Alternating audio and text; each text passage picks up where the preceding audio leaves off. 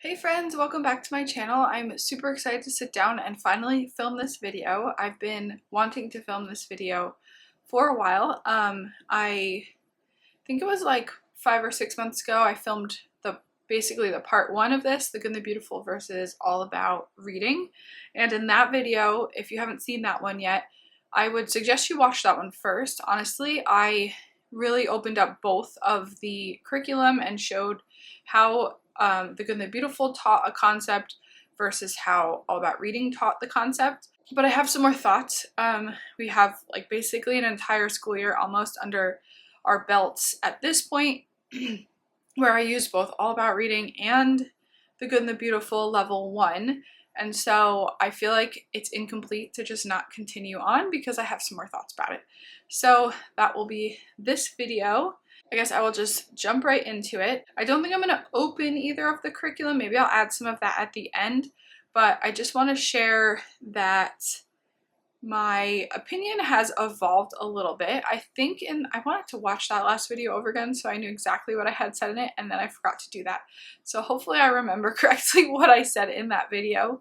But basically, I believe that I sort of said that All About Reading was almost like a better curriculum. I don't think I used those words at all, but kind of was saying that it's a better curriculum because it goes more in depth, and I definitely still agree with the sense that it does go more in depth, and if you have like a more struggling reader, that All About Reading would definitely be a better fit, I think, for you. But so I guess I'll just tell you a little bit about our journey in case you don't already know. For kindergarten, my son used The Good and the Beautiful Kindergarten, and he did really well with it. But I always had this like nagging feeling in the back of my head that what if it's not enough? What if just because you hear all the things in the videos about how All About Reading is better, or Logic of English is better, or The Good and the Beautiful doesn't do X, Y, and Z. But I feel like this is our third year homeschooling and we're almost at the end of it. And I feel like I've definitely learned a lot, obviously, over the years. And I think really what I've learned is that it's not necessarily the curriculum that's bad, which obviously I guess there could be a bad curriculum. I don't think in this case The Good and the Beautiful or All About Reading, considering how popular either of those are, and they obviously do a good job, neither one of them are bad. So I basically wanted to just add to the discussion that if one is working for your child and you're watching this video to see if you should switch just out of the fact that the other curriculum is better, or you think the one is lacking, I wouldn't necessarily say that either of them would be lacking. So I hope I'm not rambling too much. Anyway, so I kind of got off on a tangent, but basically, so my son started with The Good and the Beautiful Kindergarten was doing really well. I had this nagging feeling in the back of my head that what if it wasn't good enough? What if I was picking the wrong curriculum? And so I bought All About Reading level 1 just as kind of like, I think I bought it used off Facebook, and I was planning on kind of doing both, but then kind of quickly realized I started trying to do it with my son and just realized he didn't need it at that time. And so we never finished it in kindergarten. And so I just kind of put it to the side. I have 2 other children. I'm pregnant with my 4th. I figured I don't regret buying it at all. I might need it in the future, especially if another one of my children struggle with reading. And so we tabled it, and then we finished out the rest of the school year. And I think we finished school in May, and then we didn't pick up another book until August, probably like the end of August as well. And so I obviously was very new to this, and this was my first child that I was teaching, and so I didn't have him practice over the summer. I kept thinking I should have him practice, I should have him practice, I should have him practice reading, but I just never got around to it. And so when we went back to do level 1, The Good and the Beautiful, that's how we was just gonna continue on, and he forgot a lot of what he learned. And so then I was starting to like panic again and be like, oh my gosh, did I pick the wrong curriculum? Maybe we should have done All About Reading. And so he couldn't really continue on in the Good and the Beautiful level 1 because he had forgotten so much that it was just too much of a struggle for him. And so we switched to All About Reading level 1. And I decided to start him at the beginning because I was like, you know what, I'm going to find out once and for all if he has any gaps, if he has anything that did the Good and the Beautiful leave anything out. Like, did he not learn? Like, now he doesn't know a lot of what he learned. Maybe it's because the curriculum wasn't good enough.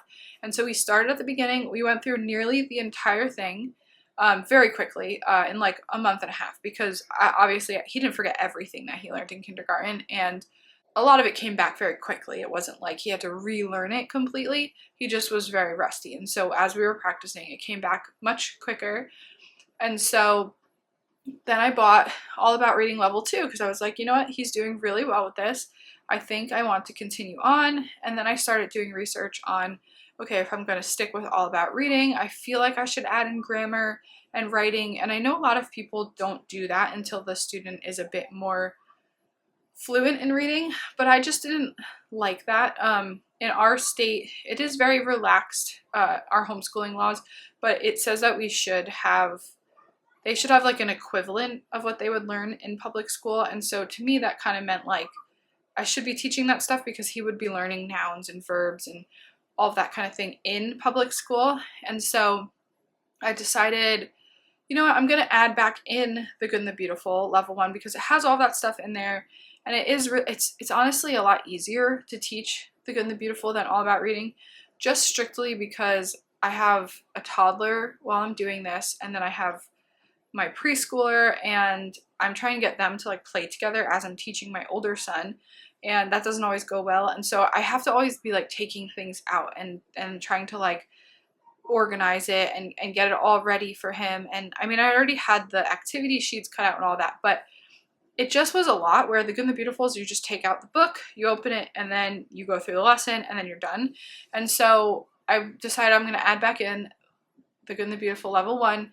And then as we were doing it, he was doing really well with it. And so I'm like, you know what?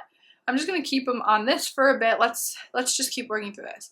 And currently, as it stands, we're on lesson 61. So we're just about halfway through. But I did realize that he learned stuff in All About Reading level 2. So we made it to like lesson 10, 11, 12-ish, something like that. Maybe a little bit further. I think it was around there though. And we had gotten through the splitting syllable rule, if you are familiar with that, which is a pretty complex topic to teach. And he did really well with it. All About Reading did so well at teaching him it, even though it is really confusing, honestly. And so I am really glad that I had All About Reading level 2. We did it through that part at least, which I didn't even realize. Because the Good and the Beautiful doesn't really teach that concept fully anyway until grade 2.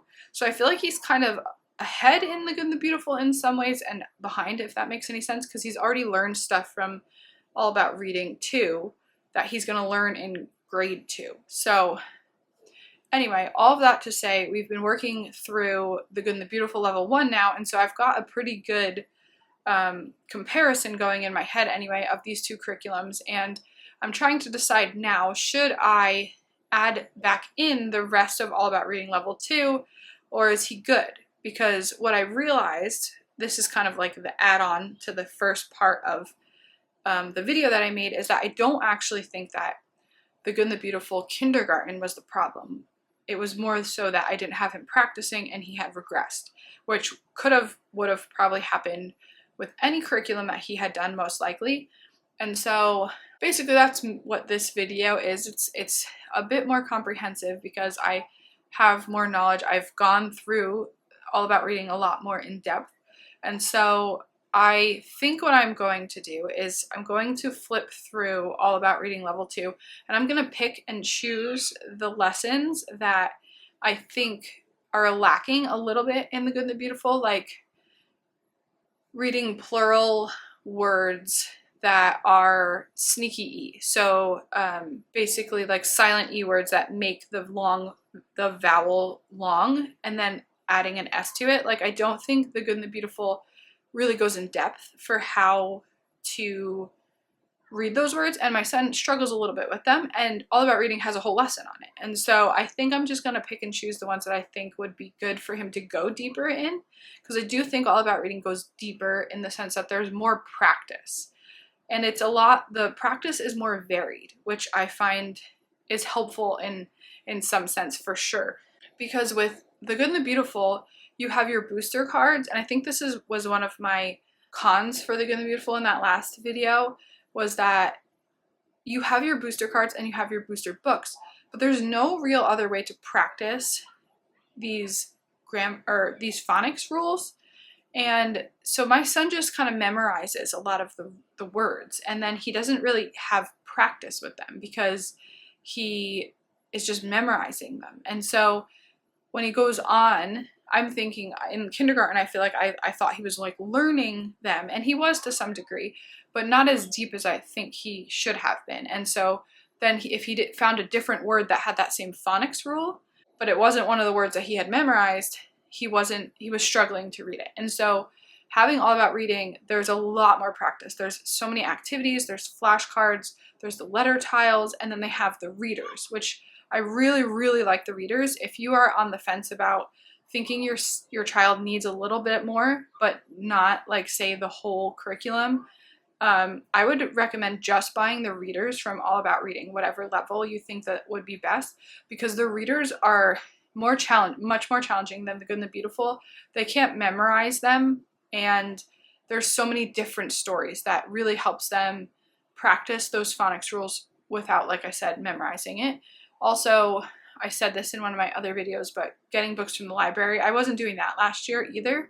All the books that I could find at the library were a bit too advanced for him, and so last year I feel like I couldn't really have him practice.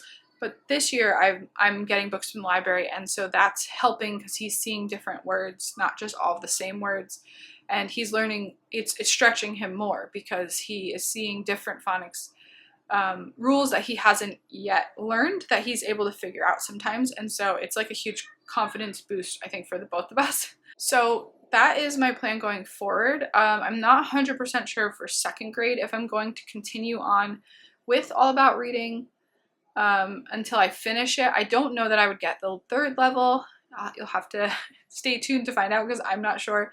Because I am going to be doing Explode the Code with him next year for a bit more phonics practice, where I realized this year I didn't have the right level. I had level 2 to go along with The Good and the Beautiful level 1, and it was too easy. Like, I didn't have him do it because I felt like I don't know, like it was almost like he didn't need that practice. He needed some more advanced ones, and I didn't realize I had the wrong level until recently. So anyway, I don't know what I'm going to do for next year, but for the end of this year, I do think I'm going to pick and choose some lessons from All About Reading and have him practice, and definitely have him read through the readers at the very least. And that's kind of how I'm going to be adding them together, The Good and the Beautiful and All About Reading. I'm not going to go through the full curriculum of All About Reading level 2, I don't believe, with my son, because I don't think you need to. I think he's doing really well learning the phonics rules and having the different practice and stuff. Now, I do have a son going into kindergarten next year, and so I'm really, really torn on if I should stick with All About Reading level 1 for him or The Good and the Beautiful kindergarten for him. I really kind of want to combine the two and have him do both. He is a young kindergarten. He's turning 5 in July, and I'm probably going to start school in August. So honestly, if it takes him a year and a half to get through kindergarten, or maybe even if we do 2 years of kindergarten, I'm not sure. I don't really think he'll probably need to do that, but we'll see how the year goes, and then it would give me more time to kind of cover both curriculum. But the jury is still out on how I'm going to handle All About Reading, The Good and the Beautiful. I have already printed out The Good and the Beautiful kindergarten for him, but I definitely want to do All About Reading on some level as well. So like I said, stay tuned for that. Subscribe if you want to follow to find out what I'm going to be doing with him. But I think that's all I had to say for this video. I just felt like it needed to be said. I feel like I needed a part 2 of that video because my thoughts have evolved since obviously doing a whole nother school year and using more of both of the curriculum. So I hope this video helped. leave any questions below if you have any, and I will definitely get back to you. Don't forget to subscribe if you're new, and I will see you in the next one.